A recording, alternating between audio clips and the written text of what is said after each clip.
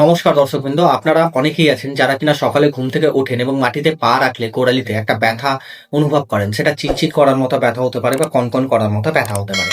অনেকে এটা সাধারণ ব্যথা ভেবে এড়িয়ে যান, অবহেলা করেন। কিন্তু দর্শকবৃন্দ, হতে পারে আপনার যে গোড়ালির ব্যথাটা হচ্ছে সেটা অ্যাকিলিস টেন্ডনাইটিসের মতো সমস্যা একটা উৎপত্তি ঘটছে। আজ দর্শকবৃন্দ, আমি এই সমস্যাটা নিয়ে আলোচনা করব এবং তার সাথে সাথে আমি কিছু হোমিওপ্যাথিক ঔষধের নাম বলবো, যা কিনা আপনার এই সমস্যাটা থেকে আপনাকে দ্রুত আরাম দেবে। তো আশা করবো দর্শকবৃন্দ, আপনারা ভিডিওটা স্কিপ না করে পুরোটা দেখবেন। প্রথমে আমরা আলোচনা করবো যে অ্যাকিলিস টেন্ডনটা কি। অ্যাকচুয়ালি অ্যাকিলিস টেন্ডনটা হলো আপনার গোড়ালির সাথে যে মাংসপেশিটা আছে সেটাকে শক্তভাবে এই টেন্ডনটা ধরে রাখে। এবং আপনি যখন হাঁটা চলা করেন, লাফালাফি করেন, আপনি যখন কোনো কাজ করছেন, তখন কি করছে, এই টেন্ডনটা স্প্রিং এর মতো কাজ করে, যাতে আপনি বা আপনার যে মাংসপেশিটা আছে, আপনার যে হাড়টা আছে, সেটা ঠিকঠাক থাকে, আপনি যেন হাঁটা চলা করতে পারেন বা লাফালাফি করতে পারেন। অনেক সময় কি হয় যে এই টেন্ডনের মধ্যে যদি কোনো রকম কোনো আঘাত লাগে, বা হয়তো ধরুন এই টেন্ডনের যা কার্যক্ষমতা তার থেকে বেশি সে যদি কাজ করে ফেলে, তাহলে কি হবে যে আপনার সেই টেন্ডনের মধ্যে একটা ইনজুরি হবে এবং সেখান থেকে একটা প্রদাহ সৃষ্টি হবে, যাকে আমরা অ্যাকিলিস টেন্ডনাইটিস নামে জানি। অনেক সময় অ্যাকিলিস টেন্ডনাইটিস এবং প্ল্যান্টার ফ্যাসাইটিস দুটো একসাথে মিশে যায়, বা দুটো আলাদা আলাদা হতে পারে, একটার জন্য আরেকটাও কিন্তু হতে পারে। এইবার আমরা জানবো যে এই অ্যাকিলিস টেন্ডনাইটিসটা অ্যাকচুয়ালি কেন হয় বা কাদের জন্য, কাদের ক্ষেত্রে হয়ে থাকে। তো অ্যাকিলিস টেন্ডনাইটিসটা যারা নাচানাচি করছে, যারা লাফালাফি করছে, যারা দৌড়াদৌড়ি করছে, বিশেষ করে যারা খেলোয়াড়, তাদের ক্ষেত্রে কিন্তু অত্যাধিক পরিমাণে তাদের টেন্ডনের ওভার ইউজের ফলে, বা হয়তো ধরুন হঠাৎ করে আকস্মিক একটা চাপের ফলে তাদের ক্ষেত্রে কিন্তু এই অ্যাকিলিস টেন্ডনাইটিসের মতো যে সমস্যা সেটা কিন্তু তৈরি হয়। অনেক সময় আমরা দেখতে পাই যে আপনি হয়তো কোথাও যাচ্ছেন, হঠাৎ করে আপনার ইনজুরি হলো, তাহলেও কিন্তু আপনার অ্যাকিলিস টেন্ডনাইটিসের মতো যে সমস্যা সেটা কিন্তু দেখতে পাওয়া যাবে। অনেকের ক্ষেত্রে দেখা যায় যারা দীর্ঘক্ষণ ধরে দাঁড়িয়ে কাজ করছেন বা বসে কোনো একটা পায়ের চাপে বা মুভমেন্টে কাজ করছেন, শুধুমাত্র তার গোড়ালি মুভমেন্ট করছে, তাহলে তাদের ক্ষেত্রেও কিন্তু এই অ্যাকিলিস টেন্ডনাইটিসের মতো যে সমস্যা সেটা আমরা দেখতে পাই। অনেক সময় দেখতে পাই যারা ডায়াবেটিসে ভোগেন বা যারা থাইরয়েডে ভুগছেন, তারা যদি দীর্ঘক্ষণ ধরে বা তারা যদি দীর্ঘদিন ধরে এই সমস্যায় ভোগেন, তাদের কি হয়, স্বাস্থ্যের বিভিন্ন রকমের সমস্যার জন্য তাদের কিন্তু অ্যাকিলিস টেন্ডনাইটিসের মধ্যে যে সমস্যা সেটা কিন্তু আমরা দেখতে পাই। এইবার আমরা আসবো যে লক্ষণের দিকে, যে কি কি লক্ষণ আমরা এই অ্যাকিলিস টেন্ডনাইটিসে দেখতে পাবো। প্রথম যেটা আমরা দেখতে পাই সেটা হলো পেশেন্টদের মধ্যে বা রোগীদের মধ্যে একটা গোড়ালিতে ব্যথা লেগেই থাকে। অনেকের ক্ষেত্রে হাঁটাচলা করতে গেলে ব্যথা লাগে, অনেকের ক্ষেত্রে বিশ্রাম নেওয়ার সময় ব্যথা লাগে। অনেকের ক্ষেত্রে কি হয় যে কোনো কাজ করতে যাচ্ছেন, ব্যথা লাগছে, বা হয়তো তিনি হাঁটছেন, কষ্ট করে হাঁটছেন বা খুঁড়িয়ে হাঁটছেন। এছাড়াও সন্ধ্যের দিকে বা ইভিনিং টাইমে বা ঘুমোতে যাওয়ার আগে অনেকের কিন্তু ব্যথা যন্ত্রণা বেড়ে যায়, অনেকের গোড়ালির জায়গাটা ফুলে যায়, শক্ত হয়ে যায়।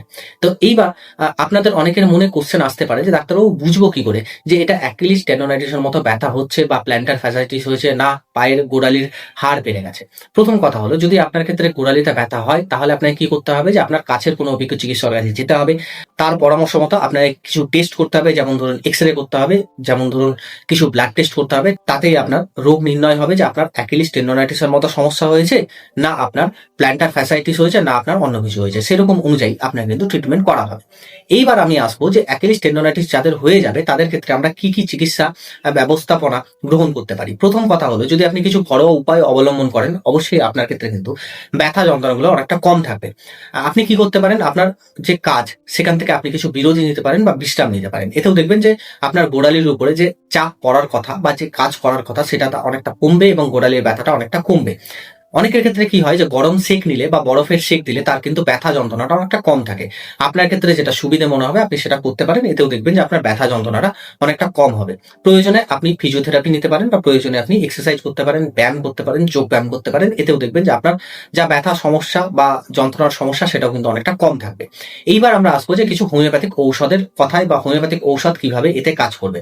আমি আজ কিছু হোমিওপ্যাথিক ঔষধের নাম বলবো, যা কিনা আপনি লক্ষণ বিশেষে যদি সেবন করেন, তাহলে অবশ্যই আপনার ক্ষেত্রে যে ব্যথা যন্ত্রণার সমস্যা সেটা কিন্তু অনেকটা কম থাকবে।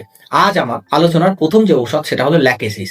আমরা দেখি যে অনেকেই আছেন আপনাদের মধ্যে যাদের ক্ষেত্রে এই গোড়ালিতে ব্যথা দেখতে পাওয়া যায়, গোড়ালির জায়গাটা ফুলে থাকে, শক্ত হয়ে থাকে, গরম ভাব লাগে এবং সেই জায়গাটা অত্যন্ত স্পর্শকাতর হয়ে থাকে। অনেক সময় পেশেন্ট হাঁটাচলা করতে পারেন না, অনেক সময় আপনি যখন হাত দেবেন পেশেন্টের ব্যথা লাগে বা রোগীর ব্যথা লাগে, তাহলে সেক্ষেত্রে ল্যাকেসিস যে হোমিওপ্যাথিক মেডিসিনটা আছে সেটা কিন্তু খুব ভালো রকম কাজ করে। এক্ষেত্রে আপনি 30 পোটেন্সি ইউজ করতে পারেন বা ব্যবহার করতে পারেন।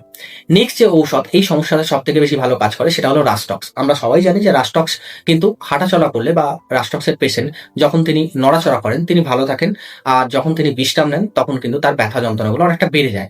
রাস্টক্সের পেশেন্টের ক্ষেত্রেও তাই, বা এই টাইপের পেশেন্টের ক্ষেত্রেও তাই। তিনি যখন হাঁটাচলা করেন তিনি ভালো থাকেন, তিনি যখন বিশ্রাম নেন তার কিন্তু ব্যথা যন্ত্রণাগুলো বেড়ে যায়।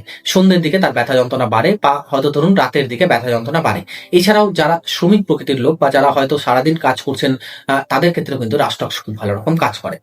নেক্সট যে ঔষধটা আমি আলোচনা করবো দর্শকবৃন্দ, সেটা হলো ব্রায়োনিয়া। আমরা সকলেই জানি যে রাস্টক্সের ঠিক উল্টোটা ব্রায়োনিয়া, অর্থাৎ ব্রায়োনিয়ার পেশেন্ট যখন চুপচাপ বসে থাকবে ভালো থাকবে, যখন সে হাঁটাচলা করবে তার ব্যথা যন্ত্রণাগুলো অনেকটা বেড়ে যাবে। তাই আপনারা অনেকেই দেখেছেন যে অনেকের হাঁটুতে ব্যথা থাকলে বা গোড়ালিতে ব্যথা থাকলে তারা কিন্তু চুপচাপ বসে থাকতে বেশি পছন্দ করেন বা ঘুমিয়ে থাকতে বেশি পছন্দ করেন।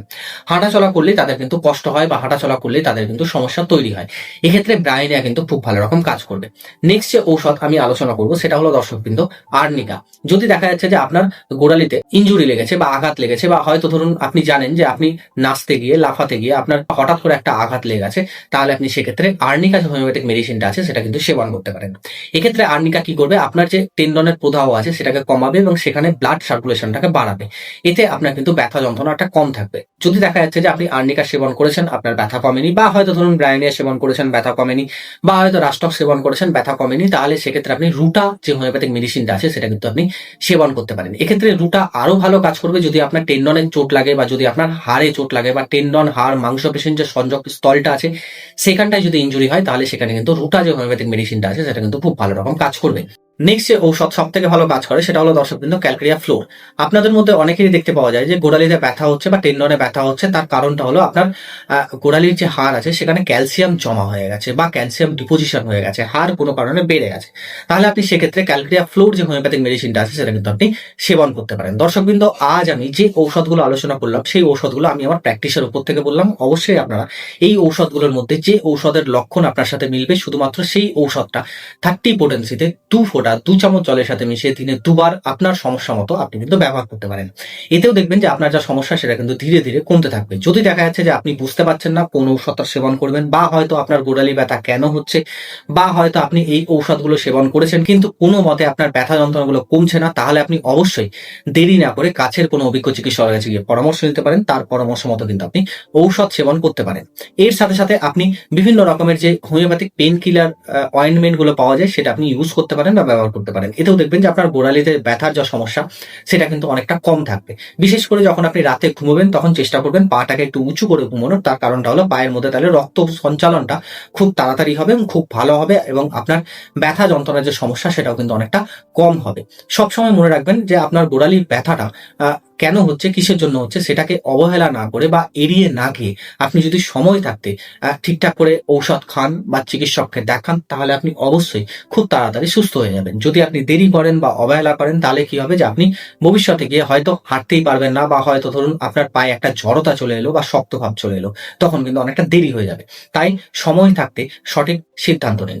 আশা করবো দর্শকবৃন্দ আজকের যে আলোচনা, আজকের যে টপিক আপনার খুব ভালো লেগেছে এবং উপকারে আসবে। যদি ভালো লাগে বা উপকারে আসে অবশ্যই ভিডিওটা লাইক, কমেন্ট এবং শেয়ার করবেন। যদি আপনি এই চ্যানেলে নতুন হন অবশ্যই চ্যানেলটা সাবস্ক্রাইব করে পাশে থাকা বেল আইকনটা প্রেস করে দেবেন, যাতে কিনা যখনই আমি এরকম ইনফরমেটিভ কিছু আপলোড দেবো তখনই যেন আপনার কাছে দ্রুতই নোটিফিকেশনটা পৌঁছে যায়।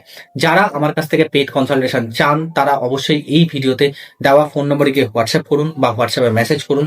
সেখান থেকে আপনি আপনার ডেট টাইম নিয়ে আপনি আপনার পেড কনসালটেশন নিতে পারেন। ভালো থাকুন, সুস্থ থাকুন, দেখতে থাকুন ইয়োগভূমি চ্যানেল। দেখা হবে আবার নেক্সট কোন আলোচনায় বা নেক্সট কোন টপিকে। আজকের মতো ধন্যবাদ, নমস্কার।